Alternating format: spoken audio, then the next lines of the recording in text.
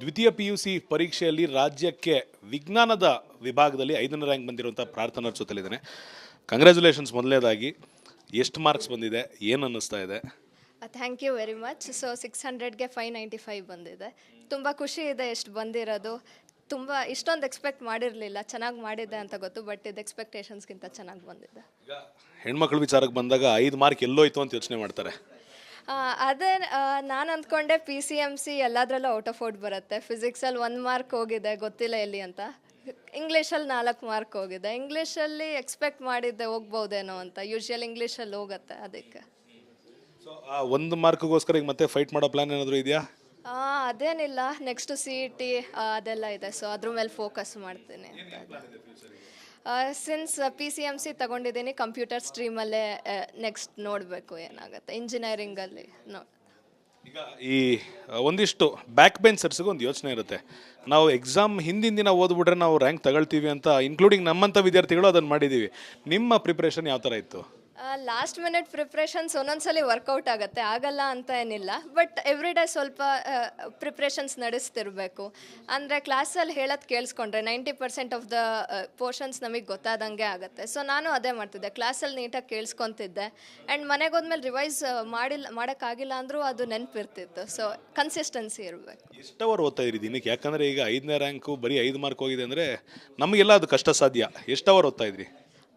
Daily ಓದ್ತಿರ್ಲಿಲ್ಲ, ಓದಿದ್ರೆ ಒಂದು 3 hours maximum, 3-4 hours ಅಷ್ಟೇ ಓದ್ತೀನಿ. ಸೊ ಅಪ್ಪ ಅಮ್ಮನ ಸಪೋರ್ಟ್ ಯಾವ ಥರ ಇತ್ತು? ಕಾಲೇಜ್ ಸಪೋರ್ಟ್ ಯಾವ ಥರ ಇತ್ತು? ಫ್ರೆಂಡ್ಸ್ ಸಪೋರ್ಟ್ ಯಾವ ಥರ ಇತ್ತು? ಅಪ್ಪ ಅಮ್ಮ ಹೇಳೋಕ್ಕೆ ಏನೂ ಹೇಳೋಕ್ಕಾಗಲ್ಲ, ಅವ್ರು ಅಷ್ಟು ಸಪೋರ್ಟಿವ್ ಆಗಿದ್ದರು. ನನಗೆ ಕಡಿಮೆ ಬರಲಿ ಜಾಸ್ತಿ ಬರಲಿ, ಯಾವಾಗಲೂ ನಿನ್ಗೆ ಎಷ್ಟಾಗತ್ತೆ ಅಷ್ಟು ಮಾಡು, ಯಾವತ್ತೂ ಪ್ರೆಷರೈಸ್ ಮಾಡಿಲ್ಲ. ನೀನು ಯಾವಾಗಲೂ ಫಸ್ಟ್ ರ್ಯಾಂಕೇ ಬರಬೇಕು, ಇಷ್ಟೇ ಮಾಡಬೇಕು ಅಂತ. ಫ್ರೆಂಡ್ಸ್ ಸರ್ಕಲ್ ತುಂಬ ಚೆನ್ನಾಗಿರೋ ಫ್ರೆಂಡ್ಸ್ ಸರ್ಕಲ್ ಸಿಕ್ಕಿತ್ತು ನನಗೆ. ಅವರೆಲ್ಲ ತುಂಬ ಸಪೋರ್ಟಿವ್ ಆಗಿದ್ದರು. ಎಲ್ಲರೂ ಒಟ್ಟಿಗೆ ಸಾಲ್ವ್ ಮಾಡ್ತಿದ್ವಿ. ಲಂಚ್ ಬ್ರೇಕಲ್ಲೆಲ್ಲ ಒಟ್ಟಿಗೆ ಸಾಲ್ವ್ ಮಾಡಿ ಡೌಟ್ಸ್ ಇದ್ದರೆ ಟೀಚರ್ಸ್ ಅಥವಾ ಹೋಗ್ತಿದ್ವಿ.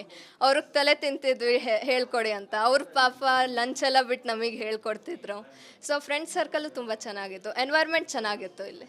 ಈಗ ಈ ಒಂದು ರಿಸಲ್ಟನ್ನು ನೀವು ಯಾರಿಗಾದ್ರೂ ಡೆಡಿಕೇಟ್ ಮಾಡಬೇಕು ಅಂದರೆ ಯಾರೆಲ್ಲ ಡೆಡಿಕೇಟ್ ಮಾಡ್ತೀರಾ? ನಾನು ಈ ರಿಸಲ್ಟ್ನ ಎಲ್ಲರಿಗೂ ಡೆಡಿಕೇಟ್ ಮಾಡ್ತೀನಿ.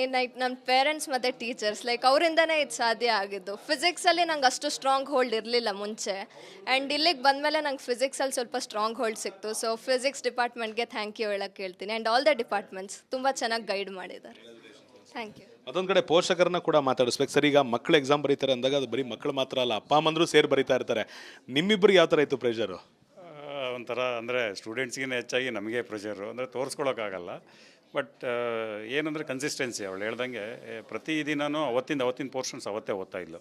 ನಾವು ಯಾವತ್ತೂ ರಾತ್ರಿ 11 ಗಂಟೆ ಮೇಲೆ ಓದೋದು ಬೇಡ ಅಂತಲೇ ಹೇಳ್ತಾ ಇದ್ವಿ. ಅಂದರೆ ಅದ್ರ ಜೊತೆಗೆ ಕಾಲೇಜಿನ ಎಲ್ಲ ಸಿಬ್ಬಂದಿ, ಆ್ಯಕ್ಚುಲಿ ಟೀಚರ್ಸು ತುಂಬ ಕೋಆಪರೇಟಿವ್, ತುಂಬ ಸಪೋರ್ಟಿವ್ ಮಾಡಿ, ಸೊ ಡೇ ಟು ಡೇ ಓದಿರೋದ್ರಿಂದ ಇದೊಂದು ಫಲಿತಾಂಶ ಬರೋದಕ್ಕೆ ಕಾರಣ ಅಂತ ಹೇಳ್ತೀನಿ. ಅದೊಂದು ಕಡೆ ಅಮ್ಮಂದರು ಹೇಳ್ಕೊಳಂಗಿಲ್ಲ, ಅಲ್ಲೇ ಕಣ್ಣೀರು ನಿಧಾನಕ್ಕೆ ಬರ್ತಾ ಇದೆ, ಅಷ್ಟು ಖುಷಿ ಇದೆ. ಸೊ ಸಂಬಂಧಿಕರಿಗೆ ಮೊದಲು ಹೇಳ್ತೀರಾ, ಫ್ರೆಂಡ್ಸಿಗೆ ಹೇಳ್ತೀರಾ, ಫ್ರೆಂಡ್ಸ್ ಮಕ್ಕಳಿಗೆ ಹೇಳ್ತೀರಾ? ಏನು ಅಲ್ಲ, ನಾವು ಫಸ್ಟ್ ಅದೇ ಫ್ರೆಂಡ್ಸ್ ಜೊತೆ ಹಂಗೆ, ಆಮೇಲೆ ಸಂಬಂಧಿಕರಿಗೆ ಅದೆಲ್ಲ ಹೇಳ್ತೀವಿ. ಖುಷಿ ಆಯಿತು ತುಂಬ.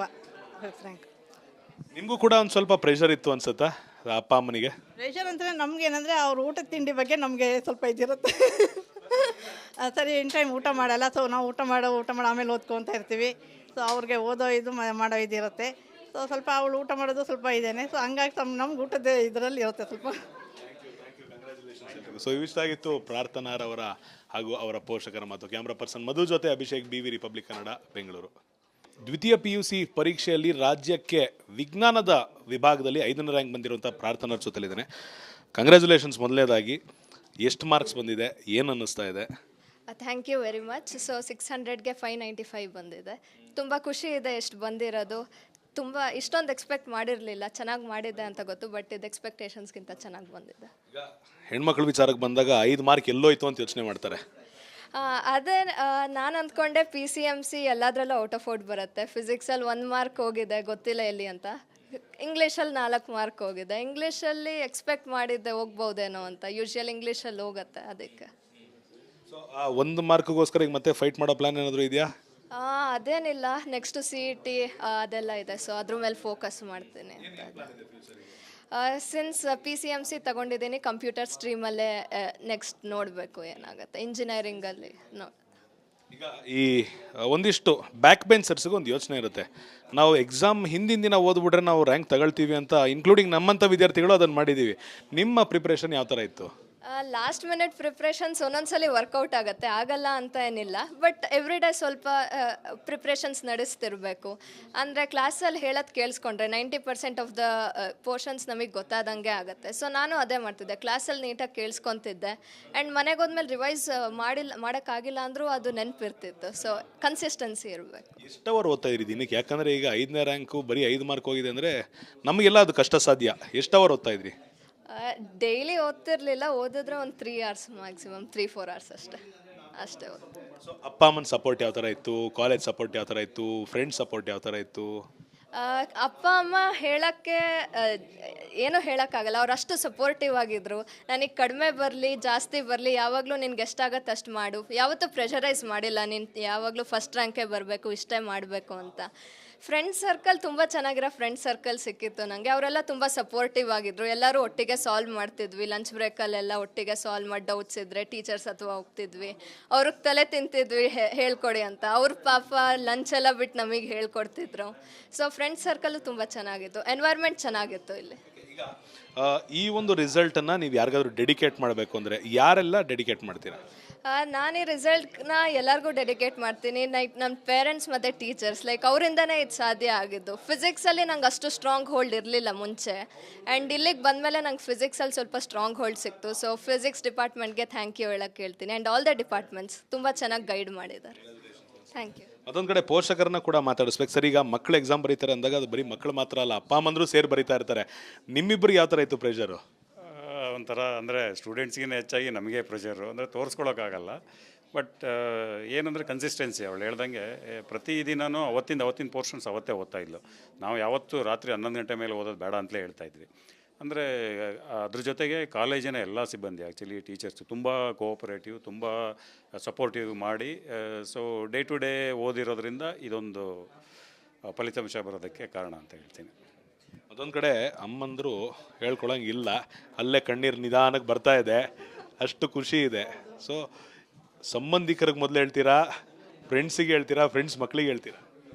ಏನು ಅಲ್ಲ, ನಾವು ಫಸ್ಟ್ ಅದೇ ಫ್ರೆಂಡ್ಸ್ ಜೊತೆ ಹಂಗೆ, ಆಮೇಲೆ ಸಂಬಂಧಿಕರಿಗೆ ಅದೆಲ್ಲ ಹೇಳ್ತೀವಿ. ಖುಷಿ ಆಯಿತು ತುಂಬ. ಫ್ರ್ಯಾಂಕ್, ನಿಮಗೂ ಕೂಡ ಒಂದು ಸ್ವಲ್ಪ ಪ್ರೆಷರ್ ಇತ್ತು ಅನ್ಸುತ್ತಾ ಅಪ್ಪ ಅಮ್ಮನಿಗೆ? ಪ್ರೆಷರ್ ಅಂತಂದರೆ ನಮಗೇನಂದರೆ ಅವ್ರ ಊಟದ ತಿಂಡಿ ಬಗ್ಗೆ ನಮಗೆ ಸ್ವಲ್ಪ ಇದಿರುತ್ತೆ. ಸರಿ ಇನ್ ಟೈಮ್ ಊಟ ಮಾಡಲ್ಲ. ಸೊ ನಾವು ಊಟ ಮಾಡೋ ಆಮೇಲೆ ಓದ್ಕೊತ ಇರ್ತೀವಿ. ಸೊ ಅವ್ರಿಗೆ ಓದೋ ಇದು ಮಾಡೋ ಇದಿರುತ್ತೆ. ಸೊ ಸ್ವಲ್ಪ ಅವಳು ಊಟ ಮಾಡೋದು ಸ್ವಲ್ಪ ಇದೇನೆ. ಸೊ ಹಂಗಾಗಿ ನಮ್ಗೆ ಊಟದ ಇದರಲ್ಲಿ ಇರುತ್ತೆ ಸ್ವಲ್ಪ. ಸೊ ಇಷ್ಟಾಗಿತ್ತು ಪ್ರಾರ್ಥನಾರವರ ಹಾಗೂ ಅವರ ಪೋಷಕರ ಮಾತು. ಕ್ಯಾಮ್ರಾ ಪರ್ಸನ್ ಮಧು ಜೊತೆ ಅಭಿಷೇಕ್, BV ರಿಪಬ್ಲಿಕ್ ಕನ್ನಡ, ಬೆಂಗಳೂರು.